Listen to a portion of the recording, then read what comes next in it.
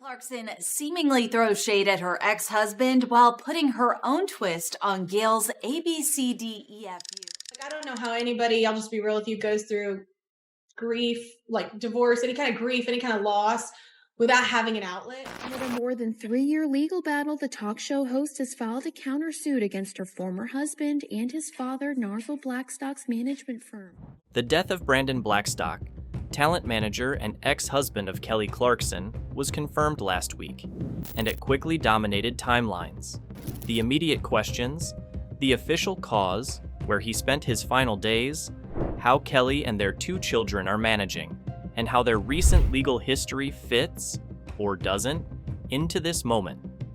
Below is a clear, compassionate walkthrough of the verified facts and the family context, with speculation set aside.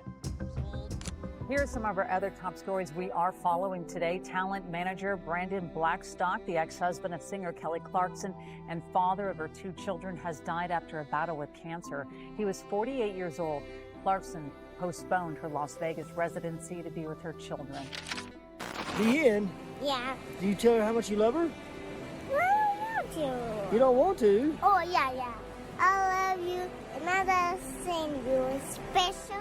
The day before he died, Kelly Clarkson hit pause. She postponed her August Vegas residency, telling fans their children's father had been ill, and she needed to be there for River and Remy. By Thursday, August 7th, Brandon Blackstock had passed away at 40. Section 1. Cause of death and official confirmation.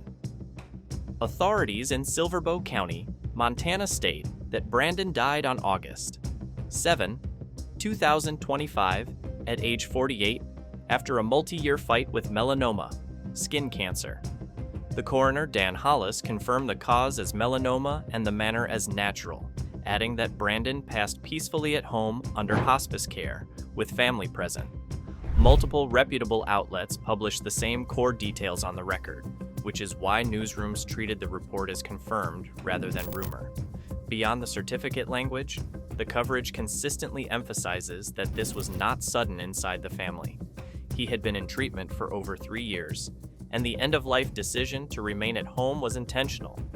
That alignment across People, Entertainment Weekly, and other mainstream reports gives a consistent, sober picture of what happened.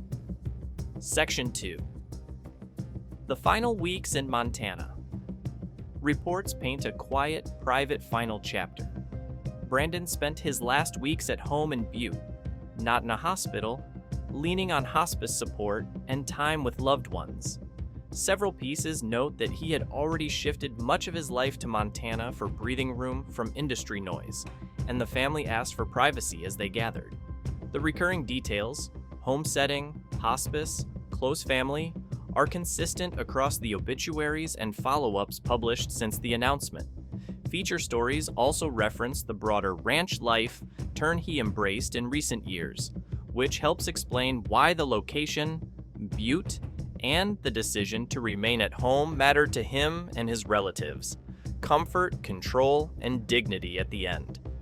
It's a portrait of retreat from public life, not a disappearance. Friends and family were present. Section 3. Kelly and the children, River and Remington, Kelly Clarkson and Brandon, share 2 children, River, 11, and Remington, 9. Coverage notes that, as his health declined, Kelly postponed August Las Vegas residency dates so she could be fully present for the kids, then stepped back after his passing to focus on their grief and routine. The emphasis across outlets is that this was a family decision, not a publicity beat. Context that resonated with fans. 12 days before his death, Kelly grew emotional at her July 26th show while introducing a revised version of Piece by Piece, a song long tied to her family story. That moment went viral after the news and helps explain why she immediately shifted from stage mode to parent first mode. Reports indicate her talk show and performances resume later, but for now, the priority is stability for River and Remy. Section 4. How they got here. Relationship timeline. Kelly and Brandon married in 2013 after reconnecting the year prior. They separated in 2020, and the divorce was finalized in 2022.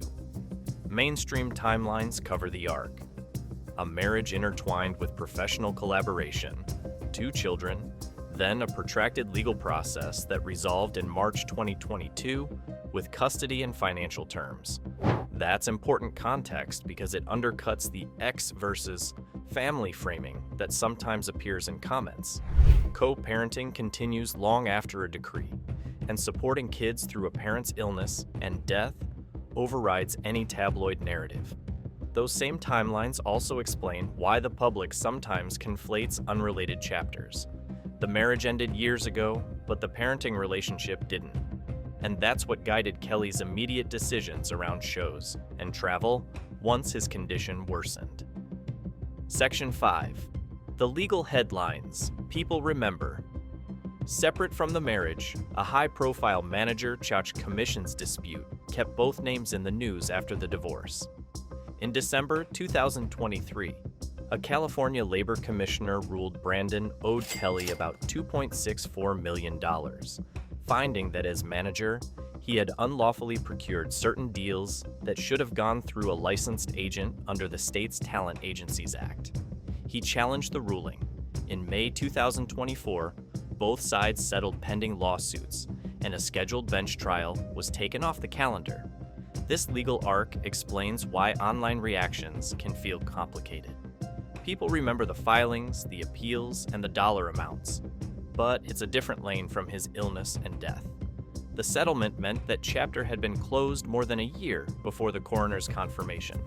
Useful perspective when evaluating hot takes or agenda-driven posts. Section 6. The person beyond the headlines. Obits and profiles describe Brandon as a father of 4, a longtime talent manager who later leaned into a quieter Montana routine, and a member of a country music family, son of Narvel Blackstock and formerly the stepson of Reba McEntire. He's remembered by 4 children, including 2 from a prior marriage, a grandchild, and extended family. The through line is less about celebrity proximity and more about parenthood, and a career lived mostly off camera. Several retrospectives also note he had effectively stepped back from day-to-day entertainment work years earlier, which dovetails with the hospice at home choice. Less spotlight, more family. Regardless of how people felt about past legal stories, the human reality is that a family is grieving a father, son, and brother. What are your thoughts on Brandon Blackstock's life and legacy beyond the headlines? Share your perspective in the comments, and if you want to stay updated with more clear, fact-check stories like this one, make sure to subscribe and turn on notifications.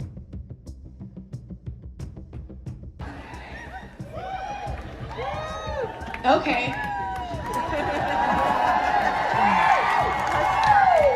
Compartmentalization.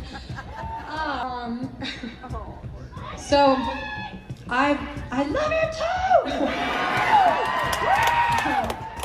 This next song, I've never rewritten a song more, and I probably never will. I wrote this song with a lot of hope, okay, and projection for happiness and better than what was happening, and then life set in, and I had to change the lyrics. Everybody was like, "Wait, why aren't you singing this song?" And I was like, "Have you heard the lyrics?" It's fun. Embarrassing. And then I ended up changing it and doing it one time, like 2 years ago, when we did a residency here, and then I was like, you know what? That sounded a little angry. So I just, I wanted it to sound how it feels now. I'm 43, done some therapy, and I changed the lyrics now. And I feel like it's perfect now. I promise. I swear to God, I'm not gonna change it again. But this new lyric, it just represents kind of I don't know. I feel like we grow up, right? And this is like the more grown-up version of it. And my favorite lyric, and why is because it's so important to know this, is I think we're taught whenever we're a kid. I'm really trying to pull it together.